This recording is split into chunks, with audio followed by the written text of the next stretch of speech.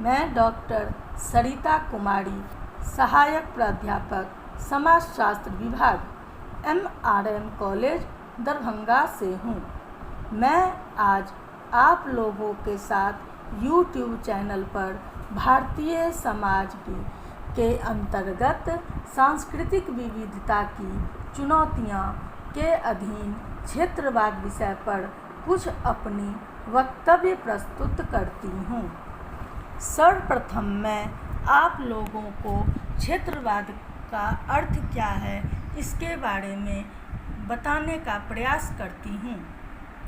प्रख्यात समाजशास्त्री professor Lundberg ने लिखा है कि क्षेत्रीयता उस अध्ययन से संबंधित है जिसमें कि एक भौगोलिक क्षेत्र एवं मानव व्यवहार के बीच पाए जाने वाले संबंध पर बल दिया जाता है।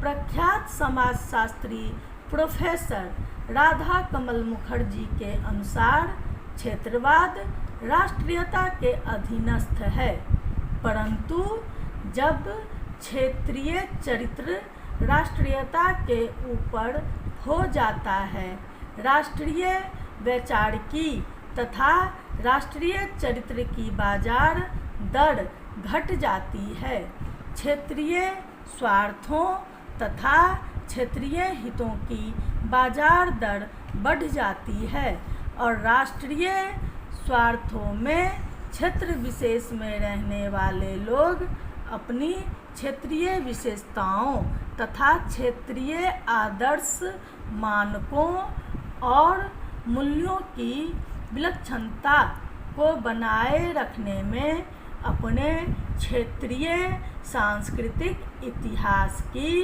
विलक्षणताओं को बनाए रखने में अधिक बल देने लगते हैं तथा राष्ट्रीय विशेषताओं, राष्ट्रीय आदर्श मानकों और मूल्यों तथा राष्ट्रीय इतिहास की विलक्षणताओं को गौण समझने लगते हैं, तब क्षेत्रवाद पनपने और बढ़ने लगता है।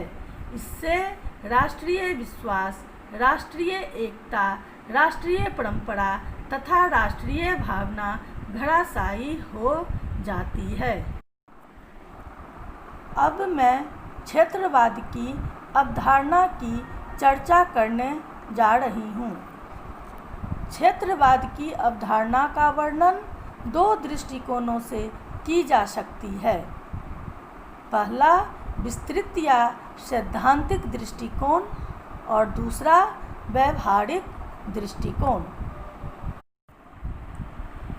पहला विस्तृत या सैद्धांतिक दृष्टिकोण।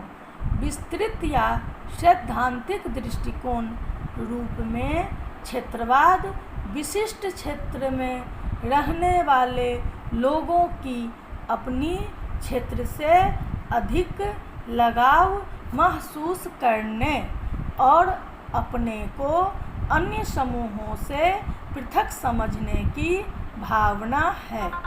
क्षेत्रवाद का तात्पर्य एक विशेष क्षेत्र में रहने वाले व्यक्तियों की उस भावना से है जिसके अंतर्गत वे अपनी एक विशेष भाषा, सामान्य संस्कृति, इतिहास और व्यवहार प्रतिमानों के आधार पर उस क्षेत्र से विशेष अपनत्व महसूस करते हैं तथा क्षेत्रीय आधार पर स्वयं को एक पृथक समूह के रूप में देखते हैं। दूसरा व्यावहारिक दृष्टिकोण। व्यावहारिक दृष्टिकोण से क्षेत्रवाद एक ऐसी संकीर्ण भावना या मनोवृत्ति का सूचक है जिसमें एक क्षेत्र विशेष के लोग राष्ट्रीय हित की तुलना में अपने क्षेत्रीय हित को प्रधानता देते हैं और दूसरे क्षेत्र की तुलना में अपने क्षेत्र के विकास पर अधिक बल देते हैं। दूसरे शब्दों में यह कहा जा सकता है कि व्यवहारिक दृष्टिकोण से क्षेत्रवाद को तात्पर्य आज एक विशेष भौगोलिक क्षेत्र के निवासियों की उस संकीर्ण मनोवृत्ति से है जिसके अंतर्गत वे केवल एक क्षेत्र विशेष को अपना मानते हैं और राष्ट्रहित की तुलना में अपने क्षेत्र विशेष के हित को प्राथमिकता देते हैं। क्षेत्रवाद का यही रूप हमारे समाज के लिए एक गंभीर समस्या है। बंगाल बंगालियों के लिए, असम आसामियों के लिए, महाराष्ट्र मराठियों के लिए जैसे नारों में वृद्धि करके राष्ट्रीयता के विकास में बाधा उत्पन्न की है। यह एक ऐसी भावना है जिसमें राष्ट्रहित की अपेक्षा एक क्षेत्र विशेष के हित को विशेष महत्व दिया जाता है। अब मैं क्षेत्रवाद को बढ़ावा देने वाले जो भी कारक हैं उस पर अपना विचार व्यक्त करती हूँ। पहला पॉइंट, राजनैतिक कारक। अनेक स्थानीय नेता एक क्षेत्र विशेष में अपना प्रभाव सिद्ध करने तथा दलगत स्वार्थों को पूरा करने के लिए वहाँ के निवासियों में क्षेत्रीयता की भावना उत्पन्न करते हैं और गलत तर्कों के आधार पर अपने क्षेत्र के प्रति सरकार की उदासीनता के दुष्प्रचार करते हैं। दूसरा पॉइंट, आर्थिक कारक। आर्थिक कारण से भी क्षेत्रवाद को बढ़ावा मिलता है। स्थानीय नेता एक क्षेत्र विशेष के लोगों में यह विश्वास उत्पन्न करने में सफल हो जाते हैं कि उनके आर्थिक पिछड़ेपन का कारण राज्य और केंद्र सरकार है और जब तक एक पृथक क्षेत्रीय सरकार की स्थापना नहीं होगी तब तक स्थानीय लोगों को न तो रोजगार के अधिक अवसर प्राप्त होंगे और न ही उनका जीवन समृद्ध बन सकता है। झारखंड का बिहार से अलग होना इसका एक ज्वलंत उदाहरण है। तीसरा पॉइंट, भाषाई कारक। भाषाई पृथकता भी क्षेत्रवाद को बढ़ावा देती है। आज उत्तर भारत के विरुद्ध दक्षिण भारत में जो क्षेत्रवाद है उसका प्रमुख कारण भाषाई पृथकता है। अब मैं क्षेत्रवाद के दुष्परिणाम की चर्चा करती हूँ। पहला, संकीर्ण नेतृत्व का विकास। क्षेत्रवाद के कारण ऐसे स्वार्थों और संकीर्ण विचार वाले नेताओं की संख्या में वृद्धि होती है जो क्षेत्रीय भावनाओं को भड़काकर अपने स्वार्थ की पूर्ति में लगे रहते हैं। ऐसे स्वार्थी नेता समय समय पर आंदोलनों तथा प्रदर्शनों का आयोजन करके एक क्षेत्र विशेष में अपने महत्व को बढ़ा देते हैं। वे जनता का नेतृत्व कर सरकार पर दबाव डालने और व्यक्तिगत हितों की पूर्ति में लग जाते हैं। दूसरा, राष्ट्रीयता या राष्ट्रीयता एकता और राष्ट्रीय विकास में बाधक। क्षेत्रवाद के कारण प्रत्येक क्षेत्र के निवासी अधिकाधिक अधिकारों तथा सुविधाओं की मांग को लेकर एक दूसरे के विरोधी बन जाते हैं।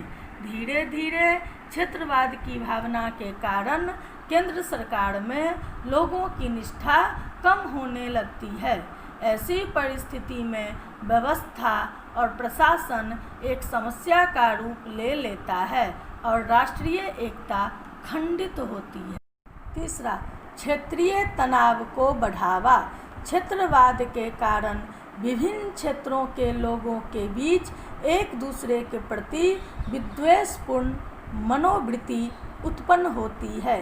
यदि किसी क्षेत्र के निवासी क्षेत्रवाद के आधार पर कुछ विशेष सुविधाओं की मांग को लेकर प्रदर्शन और आंदोलन करते हैं तो दूर क्षेत्र के लोग उनके प्रति विरुद्ध प्रतिक्रिया व्यक्त करने लगते हैं। फलस्वरूप क्षेत्रीय तनाव में वृद्धि होती है।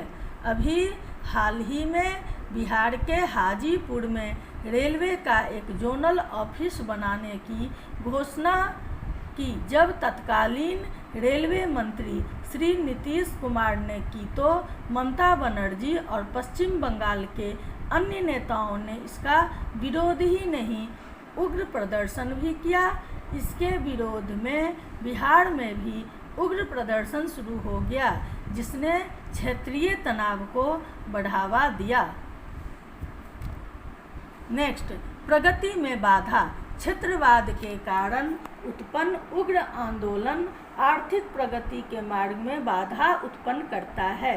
क्षेत्रवाद की भावना से प्रभावित क्षेत्र में उग्र आंदोलन और तोड़फोड़ के कारण उत्पादन प्रतिकूल रूप से प्रभावित होता है और विकास सही रूप से नहीं हो पाता। अब मैं क्षेत्रवाद के निराकरण के उपाय के बारे में चर्चा करती हूँ। पहला, राष्ट्रीय हितों को ध्यान में रखकर नीति निर्धारित करना और दबाव में आकर उसमें परिवर्तन न करना। क्षेत्रवाद की समस्या के निवारण के लिए सर्वप्रथम आवश्यकता इस बात की है कि सरकार राष्ट्रीय हित को ध्यान में रखकर नीति का निर्धारण करे, न कि किसी क्षेत्र विशेष के हित को ध्यान में रखकर। यदि मंत्री और सरकारी अधिकारी अपने अपने क्षेत्र को अधिक लाभ प्रदान करने के लिए योजनाओं की क्रियान्वित करेंगे तो इससे क्षेत्रवाद की समस्या और गंभीर हो जाएगी। अतः मंत्री एवं सरकारी अधिकारियों को इन सब बातों से परहेज करना चाहिए। दूसरा, सभी क्षेत्रों के विकास के लिए कार्यक्रम तैयार करना ताकि पिछड़े क्षेत्रों के विकास पर अधिक बल देना। विकास कार्यक्रमों का निर्धारण इस ढंग से किया जाना चाहिए जिससे सभी क्षेत्रों का विकास हो। इससे क्षेत्रीय असंतोष कम होगा। साथ ही सरकार को चाहिए कि अविकसित क्षेत्रों के विकास पर अधिक बल दे। तीसरा, क्षेत्रीय नाम पर राजनीतिक दलों को मान्यता न देना। क्षेत्रीय नाम पर बने राजनीतिक दल क्षेत्रवाद की भावना को बढ़ाते हैं। अतः वर्तमान परिस्थिति में यह आवश्यक प्रतीत होता है कि क्षेत्रीय नाम पर राजनीतिक दलों को मान्यता न दी जाए। क्षेत्रों के नाम पर बनी झारखंड पार्टी ने क्षेत्रीय भावना उत्पन्न कर बिहार जैसे राज्य का विभाजन कर दिया। यह एक ज्वलंत उदाहरण है। उम्मीद करते